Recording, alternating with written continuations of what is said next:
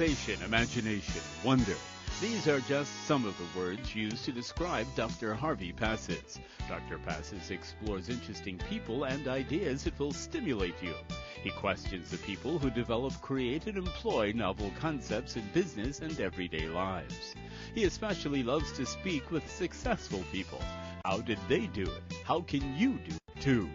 So let's join Dr. Harvey Passes in his quest of wonder and curiosity as we watch Dr. Harvey Passes Presents.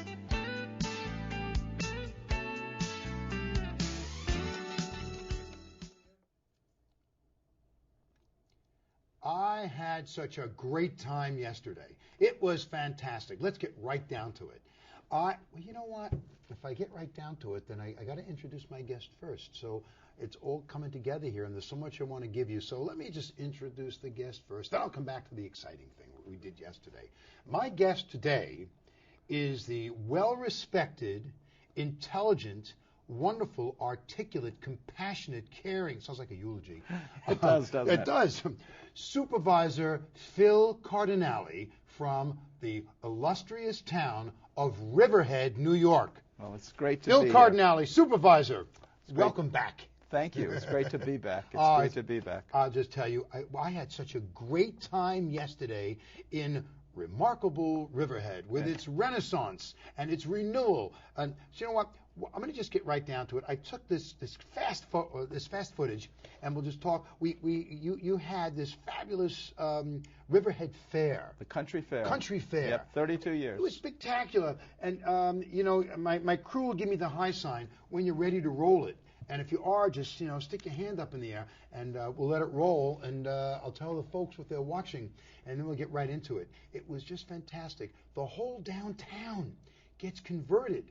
The whole downtown was just converted to a fair. You couldn't drive through it, and it was just terrific.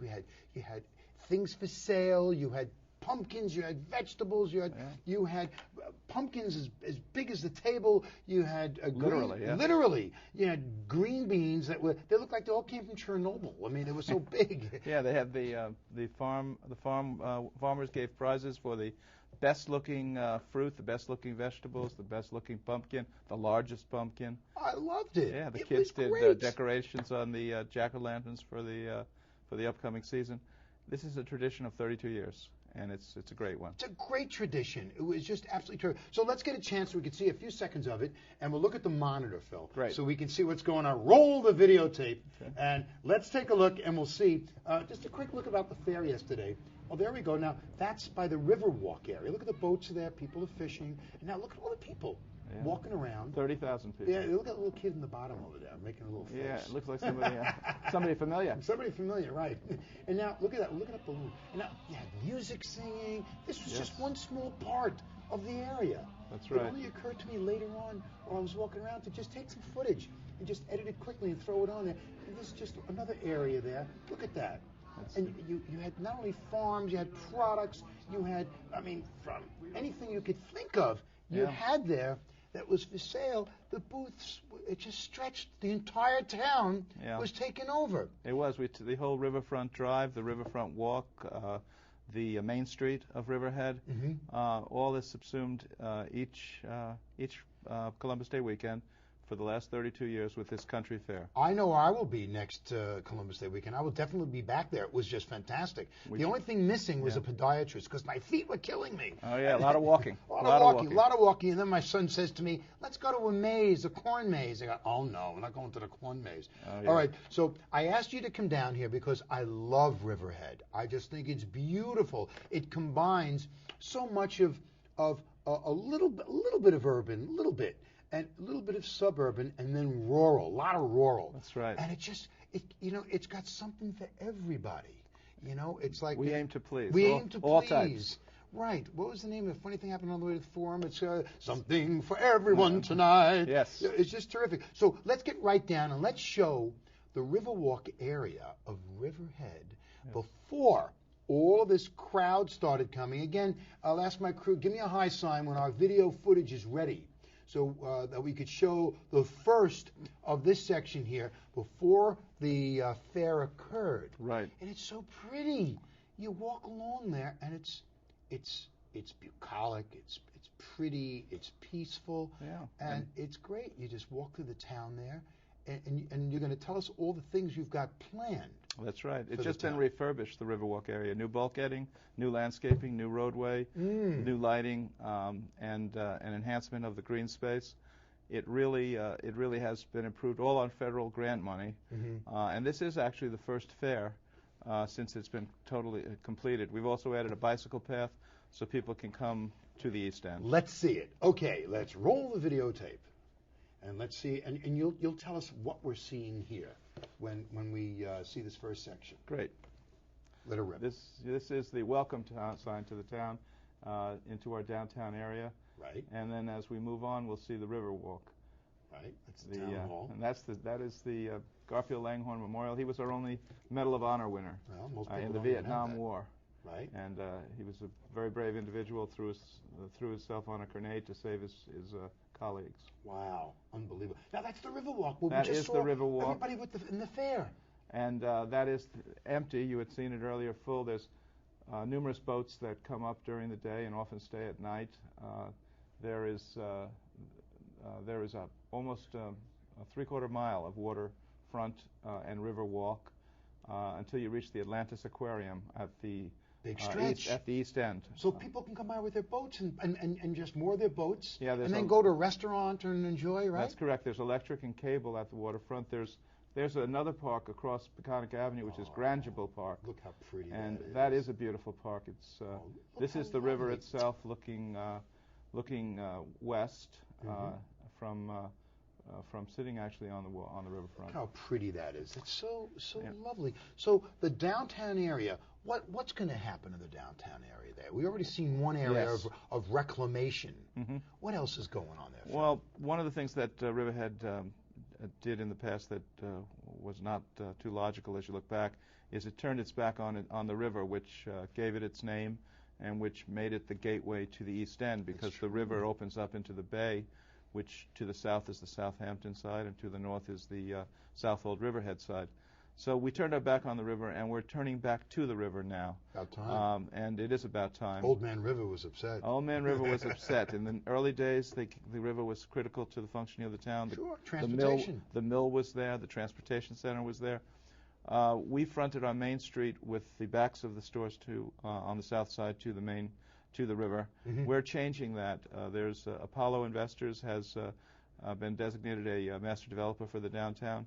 They're currently they've purchased property on the north side of Main Street, where about a half block of property, which is going to become a retail center, a hotel, a Marriott hotel, and a movie complex. It's fabulous. And on the south side, they're in negotiation for a chunk of property on either end of the East End Arts, and that is going to open the south side up to the river. They're going to have entrances off of the riverfront.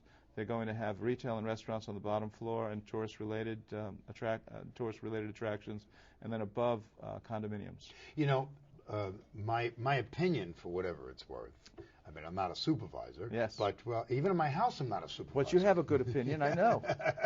A thoughtful opinion. A thoughtful opinion. And Riverhead is a very interesting place because it's got a very interesting location. Yes. From the South Fork, from the North Fork, and from west, people wanting to come east to go to Riverhead.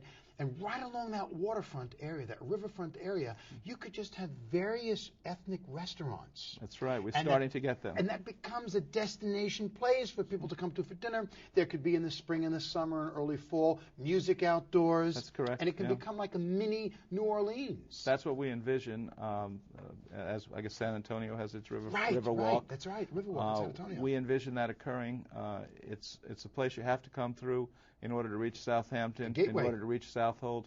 It is a gateway, truly geographically it is, and it's accessible off of the Long Island Expressway. Exit 71 rolls right into our downtown riverfront. 4 miles off of Exit 71, you turn right off of 71, come to the circle, you can see the riverfront. So it has a lot that the South Shore does not, in the sense of easy access. And we're exploiting that by asking people to come and visit. At the same time, we've assured by our master plan that the town itself will not grow more than 40 to 45,000 people at its build out. Right. It could have grown before we passed the master plan to 70 or 75,000. Mm-hmm. So we want a small town feel, but we want a lot of people visiting us during the tourist season. And the tourist season, as you know, is growing. Oh, right now. It's lengthening. Yeah. Now we see people out there regularly for tourist activities. Jammed yesterday. Oh, well, this is the most heavy period in October, but right. we see them right through Christmas, and then it picks up again in April. So we really have only a few months. No, I think it's great. I think that Riverhead has a unique opportunity, and I just certainly hope that you and all of the other townspeople in government and the people in the town itself grab this opportunity. That area can become an absolute magnet, which would be terrific. Let's move on to the next thing, because we've got a lot to cover. We're going to talk about an area that you call EPCAL. Yes. What is EPCAL? What does that stand for? The Enterprise Park at Calverton. It's the old Grumman property, 3,000 acres of 6.7 square miles, almost 7% of the landmass of Riverhead is what we're going to be talking about. Wow. Okay, so can we roll that videotape? And while we do that, let's take a look at the monitor, and we're going to see what the land looks like now. It's bare land, and just with some old things that are on it. Here we are. See the plains, because Grumman used to be on here. That's right. So what do you have, a little museum This is there? the F-14 Memorial Park, put together by some very civic-minded individuals who had worked for Grumman. And we have 2 planes there to memorialize their contribution to aerospace. It used to be the runways. This is the runway. There are 2 runways out there, a 7,000 and a 10,000 linear foot runway. Looks The like it's taking off 10,000. now. Look Yeah, at this. right. Boom. Look at this guy move. Hey, he must be on a plane. Right. But that is active, that 10,000 foot runway, serving 2 industrial parks. Oh, that's excellent. And this is one of the industrial parks that you're looking at now, which is going to presently supports 1 million square feet of reused buildings, and 2 million additional square footage will be built out there. And that's the old control tower. That's the control tower, which is in the reuse buildings. There's 1 million square foot of the reuse buildings. 2 million square foot of new buildings are being built as we speak. And on the other side of the runway, we just signed on Friday a $35 million contract with Reckler Equities Industrial, the biggest and best industrial developers on the island, to create a 2.5 million square foot industrial park on the opposite side of the runway. So industrial park. Yes, okay. It's a high-tech industrial park on the Reckler side. It's a traditional industrial park on the Berman side. Together, they are 6 million square feet of industrial and business office activity. Wow. So let's look at this now. First, we're talking about reclaiming and turning towards the river again. On the downtown. On downtown. Now we're talking about this huge property in Calverton, which Riverhead now owns, to create and develop. And you're going to develop it for business? Correct. Are you going to develop it for any kind of tourism? Yes. On the east side of the property is the industrial and business park properties, 1,500 acres. Right. We'll have 6 to 8 million square feet of development. On the other side of the property, we will have Pine Barren Core Trails, 300 acres, 100-acre park for the town of Riverhead. Wow. And a water park and a magnificent 8-hotel themed year-round resort destination. 8 hotels. 8 hotels year-round. It's like a Disney destination resort. And this is terrific. That was Riverhead Resorts proposed that 4-1. We recently moved forward on that. We're in negotiation right now, and it's a $155 million sale with a tremendous volume of addition to our tax rolls forthcoming.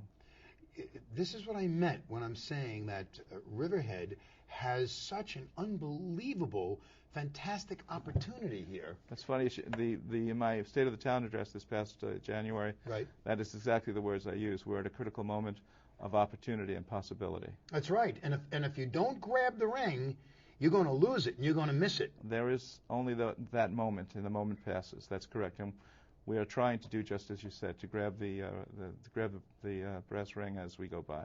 Would there be any residential development in the EPCAL Center? Will people be able to live there, or just transient through it, through a hotel, through working? One of the reasons that one of the things we did not want to see is much residential development on that site, because in the reuse plan they asked for industrial and recreational growth exclusively. Here we will have timeshares, but no one will be more other than transient, because that will assure, among other things, no undue impact on the Riverhead Central School District, which will only have to. Presently, there are 32,000 people in the town. Right. The master plan permits growth up to 42 to 45. Right. At that point, we know that is our planned growth. But there will be a number of resorts, people who go to the resorts for a week or so, people who have timeshares for as much as a month at that location. But they will not be an impact on our taxes, particularly our school taxes. That's very interesting. So it would be of interest to buy a time ownership and then just enjoy being there for a week and be a part of the activities that are going to occur within that 3,000 square 3,000 acre. 3,000 acre rather. And then not only that, get in your car and then just head east. That's right. And make use of all the agritourism, which we're going to see in a little bit. We're going to get into that in a moment. Yeah, they're providing the Riverhead resorts, owners of those 8 resorts, the themed and integrated year-round resorts. Those are going to have shuttles out of the area, and of course you'll have parking fields where you can move out into the East End both ways, South Fork, North Fork, to the vineyards, to the farm fields, to the beaches, towns, to the beaches, to the towns. You want to walk through. You want to take a stroll through Greenport. Right. You want to take a stroll through Southampton. Greenport is Kennedy Airport is 60 miles, and Greenport is literally no more than 22 miles or so from that location. Mm-hmm. So you are within an hour of your major airports, Kennedy, LaGuardia, within a half hour of MacArthur Airport. Mm-hmm. And what this whole concept on the recreational side is supposed to do is to capture the 70 million tourists that come to the New York City market each year and give them an alternative, a resort of international and regional significance, which hasn't existed in the New York area. There's nothing like this. That's I think it's great. It's going to just increase the income to the area, and it's also going to raise up the value of the land out there. Absolutely. Yeah. As if Long Island land isn't expensive to begin with. So talking about land, let's go right now into one of the biggest areas that has really boosted the influx of tourists, and that would be the vineyards. Absolutely, so yes. Let's go to our next videotape, and let's take a look, and we'll see, and we'll talk all about this. And just give me a heads up here when you're running the. There you go. Okay. The vineyards. How many vineyards do you have out there in the Riverhead area? We have now. I just learned that we have at least 10% of our farmland is vineyard now, which is remarkable. There are 7, I believe, vineyards in the town of Riverhead. Mm-hmm. Some long established, like Palmanock, for 25 years. Palmer, another for more than 20 years. Sure. Jamesport. And Jamesport. Those 3 in the Jamesport area are very established. There are some new ones. Baiting Hollow. In Baiting Hollow, there was recently one at Roanoke Avenue. Roanoke, that's right. Roanoke. And now I noticed that there is a new one at Herrick's Lane on the east end of our town. Clovis Point. Clovis Point, correct. Exactly. Correct. So we have at least 7. Correct. And they have become, together with landscaping and horse farming, a truly important aspect of the farming industry in the town of Riverhead. And many of them have added to the vineyards wineries. Mm-hmm. I mentioned 7 wineries. That's just the wineries. There are far more vineyards. There are far more vineyards wineries. That they supply the grapes to That's the correct. winemakers. And as a result, the tourist trade has developed a more annualized. It isn't just summer anymore, and a consistent and steady stream. Also, they are doing a number of events at these vineyards for charity and otherwise. It's fantastic. You go to these events. Yesterday, for example, one at Martha Clara. That's another one. They had a garage sale that people would come and bring their stuff to sell. Yes. And a lot of the proceeds would go to the Peconic Bay Medical Center. That's correct. And they are the Entenmann family, Martha Clara. Right. They moved out there some years ago, and they've really established a location at that, or a destination for people. Correct. Who come because there is always something going on there. Mm-hmm. Not just the tours and the tastings, but other events. Yeah. that are attracting people. And all the wineries do that.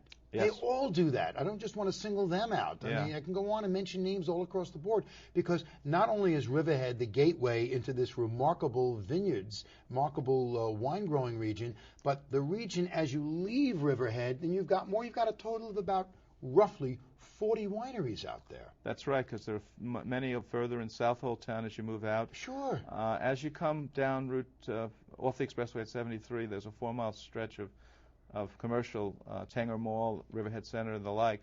That then you reach a point at 105 where it says, Boom. Welcome to Welcome. wine country. Right, Long Island wine And from country. that point on, Route 105 Oh, east, it's gorgeous. there are numerous wineries, and you get a whole different feel of where you are. The word is bucolic, pastoral. Yes. And it's just that I find as soon as I drive out there, my blood pressure goes down about 10 points. Yeah.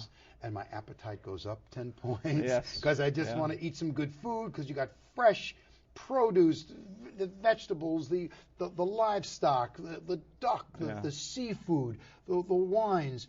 And it's marvelous. It's a part of New York. That's that right. when you live downstate, you just don't understand that you have this kind of setting, which could be upstate New York, you could be in Northern California, except we don't have mountains there. Right. And you don't want to leave it. Yeah, the area between Route 25, which is the extension of Route 58, and Sound Avenue is called our Farm Belt. And you're absolutely right. If you drive down those connecting farm roads and look out at the sod farms, the horse farms, the landscaping farms, the vineyards, you get a sense of being in a different world than you can't believe that you're than close you to left. New York. You left the Long Island Expressway a Quick, few minutes let's before. take a look at the sod farms and some of the other agritourism. Can we see the next videotape? And we'll take a look at it, Phil, and we're going to see what we're looking at. And okay, now this looks like an ocean of grass. Indeed, it does. A sea of sod. Yeah. Sea of sod, right? Look at this. How beautiful all this is, and it just goes on and on and on. Look at this now. Look, you've got the corn maze. Yeah, the corn maze, and we'll see in a moment a good example of agritourism. Not only are they growing the corn, but they're leaving the stalks up, and they're attracting numerous people out to run into the corn mazes. The kids love it. My kid, who's 30, was out here with his girlfriend last fall, and he went to the maze because it was just a kick. This is great. This is right down the road on Sound Avenue, and you go through that corn maze. That's right. And you can spend the whole day in there because you can't get out. Yeah, and they have roasted corn and all sorts of. Here we go on one of the farms. Yeah. Just a day out on the farm, and hay rides. Hay rides. Good special treats to eat. They often will combine them with some local wines that they want you to take home. And this is really all part of what's going to make agriculture an industry that will thrive, not only survive, but thrive in eastern Long Island, and particularly in the towns of Riverhead and Southold. You know something? Two things I want to say. First, I want to thank Vince Tria, your ombudsman, for helping us. I know he's not a cameraman, and I know we asked him at the last minute to go out and take some pictures, and I want to thank him very much for doing this, because without him, we wouldn't have any of these shots to show. That's great. Okay, so that's great. So, thanks, Vince. Thanks very much. And now I also want to pay you a compliment. And my compliment is that you have vision, you have the ability to see the past, now, and to know where it should go for the future. And with your visionary leadership, the town has done very nicely and is on a nice path. Yeah. And I'm involved in the town, as you know. Yes. I put my money where my mouth is. And I'm very pleased, and I'm happy to see where the future is going to be. To me, Riverhead, if the ball isn't dropped, it looks bright. The future looks fantastic. It looks prosperous, and it looks happy, and it looks healthy, with good economics occurring there. So I want to thank you. Didn't you put together and work hard at putting the master plan together? Yes. When I was on the town board for 4 years, that was we started it when I entered office in '98, and we just about completed it by the time I became supervisor. Preserving the past and shaping our future is the only alternative for Riverhead, because we want to preserve the best of what we have, but we cannot deny the inevitability of change. So we're trying to shape that change rather than just have it wash over us. Right. Shape the change. Yes. Don't let the change change you. That's right. Because if you know it's there, what's the old story? Turn a lemon into lemonade. That's right. That's right. And it seems that with the master plan, that people understand certain areas of the land in Riverhead will be devoted exclusively for agriculture, agritourism. And then other areas outside of that farm belt, green belt, could be for development, for homes, for businesses. That's right. And especially with what's going on in the old Grumman area, that's now called Epcal in Calverton. I mean, this is going to be a very exciting place. They work together. For example, we want to preserve that farm belt. There's 5,500 acres in there, a sea of sod, a sea of green. What we've done is we've allowed the transfer of development rights to other areas of industrial and commercial and residential, and the net result is it's more profitable for the farmers to sell those development rights and continue to farm than it would be to sell out to a developer, and that's exactly the result we wanted, because we wanted that land between Sound Avenue and Route 25 to continue to be the basis of our farm industry. It's spectacular. It really is, and it's beautiful to see, too. It's spectacular when you just look out and you just see that. You just, in the mornings I would get up and I would get on my bike and drive around the area there and bike ride. And I would do 10, 15 miles driving through the country roads and just pedaling myself around there and just smelling the air, seeing the horses, seeing the vines, and just seeing cabbages and tomatoes and corn.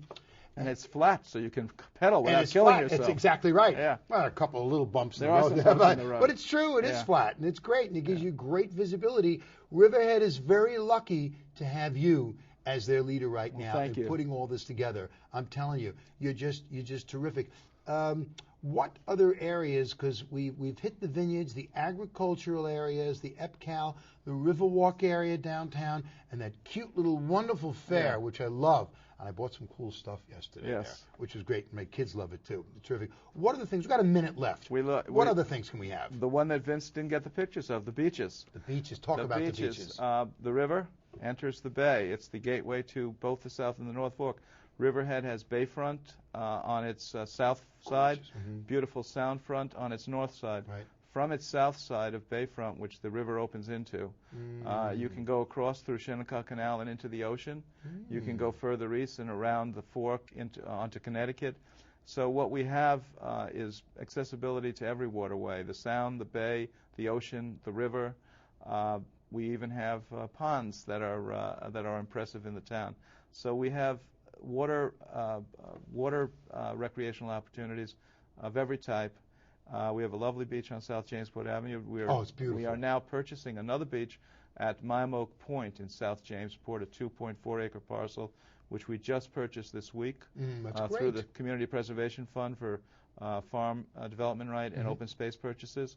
So we're going to have two beaches in South Jamesport. We have, I believe, three beaches on Wading River, Reeves Park, and Iron Pier on the Sound side.